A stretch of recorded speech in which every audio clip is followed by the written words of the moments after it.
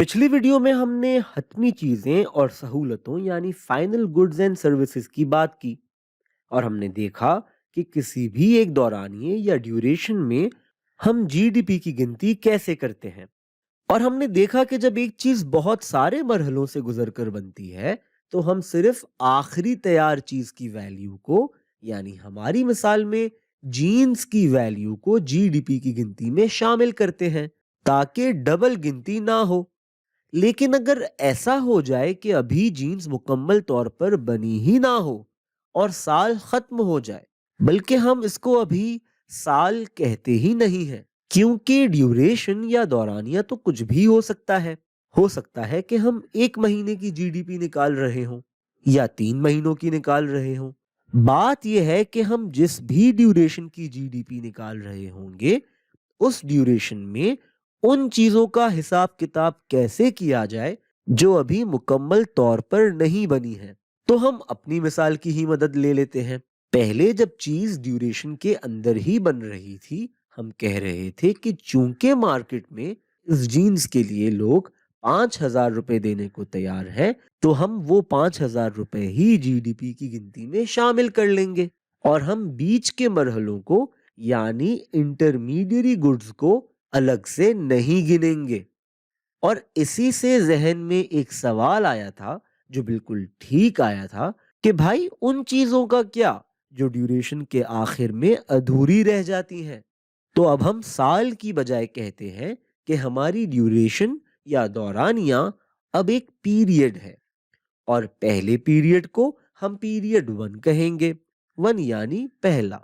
और हमारा पहला पीरियड यहाँ खत्म हो जाएगा और इसके बाद दूसरा दौरानिया शुरू हो जाएगा जिसे हम पीरियड 2 कहेंगे। तो अब पहले पीरियड के खत्म होने पर हमने इतना काम कर लिया कि हमारे पास धागा तैयार हो चुका है और इस धागे की मार्केट वैल्यू है 2,000 रुपए। और फिर पीरियड 2 में हम जीन्स को मुकम्मल कर लेते हैं। अब हम इस धागे को, जो कि पहले पीरियड के आखिर में तैयार रखा है, इसको कैसे देखेंगे?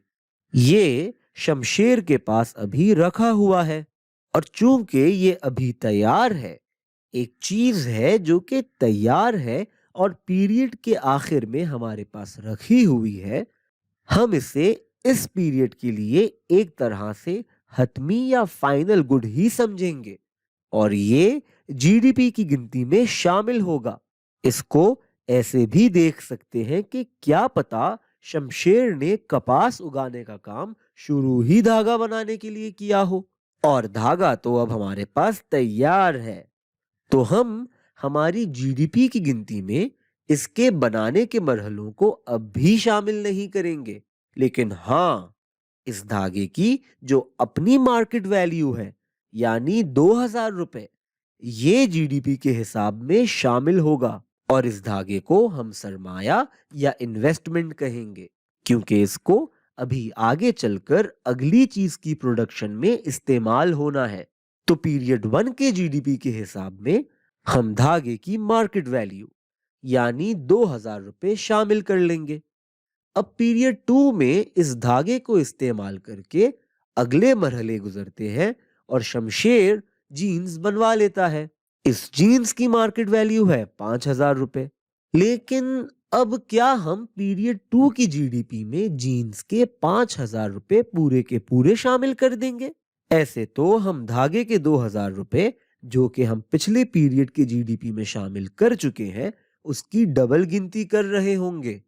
हिसाब किताब को बिठाने के लिए दूसरे पीरियड के आखिर में हम ये करेंगे कि हम जो फाइनल या हतमी गुड, हमारी मिसाल में 5,000 रुपए की जीन्स शामिल कर रहे हैं, उसमें से वो सारा खाम माल या रॉ मटेरियल या इनपुट्स जो कि पिछले पीरियड में बन चुके थे, उनकी मार्केट वैल्यू को हम कम कर देंगे यानी माइनस कर देंगे, क्योंकि वो पिछले पीरियड में काउंट या गिनती हो चुके होंगे।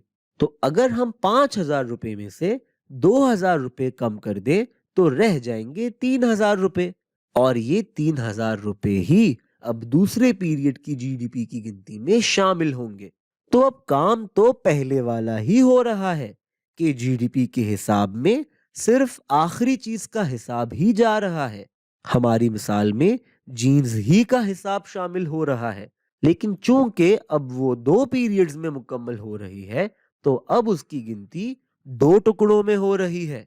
ये जीन्स जिसकी मार्केट वैल्यू 5,000 रुपए है, इस 5,000 रुपए का एक हिस्सा जो कि 2,000 रुपए है, पहले पीरियड की जीडीपी में शामिल हो रहा है, और दूसरा हिस्सा जो कि 3,000 रुपए है, दूसरे पीरियड की जीडीपी में शामिल हो रहा है। और इस तरह हम अपना उन चीजों का हिसाब बिठा लेते हैं जो कि एक से ज्यादा पीरियड्स के अंदर मुकम्मल हो रही हों।